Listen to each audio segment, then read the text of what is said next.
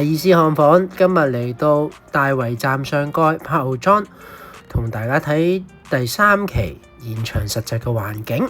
今日同大家睇2個示範單位，先睇第一個，實用面積765尺，係一個3房1套1儲物室嘅間隔。嚟到廚房位置係一個 L 型開積啦，星盤咧就比起之前1、2期咧闊落咗，目測有4個手掌闊。家電咧亦都係全線 Miele 同埋 Granger 嘅紅酒櫃啦。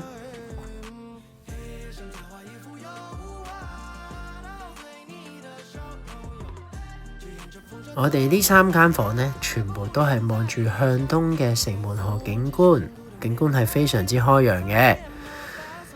咁仲要咧，遠處咧望到車公廟啦，同埋津浪8號。橙色頂嗰個咧就係文化博物館。柏豪莊3期咧，除咗開積有好大改變之外咧，其實佢所有嘅瓷磚啊、浴室個漆面啊、星盤嘅顏色啊，亦都有好大嘅改變，亦都做過企缸設計，有獨立嘅淋浴間。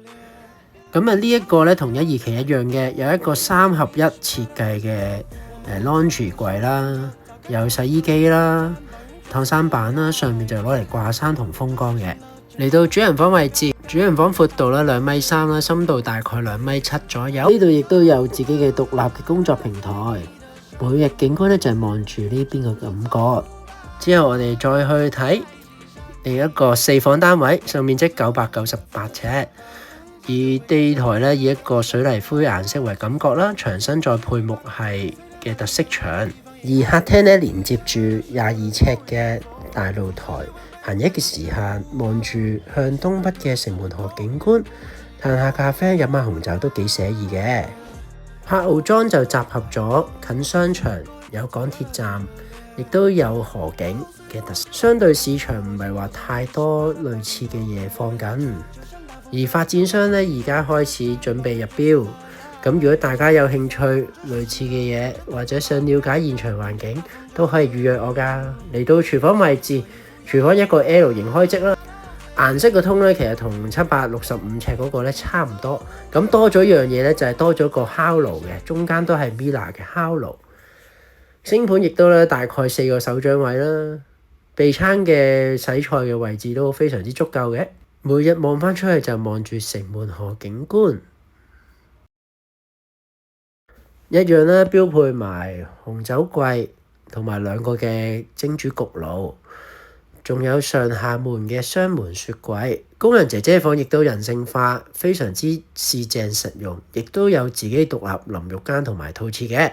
嚟到浴室位置，同啱啱700尺個感覺差唔多，不過左右調轉，都係有自己獨立套廁同埋淋浴間。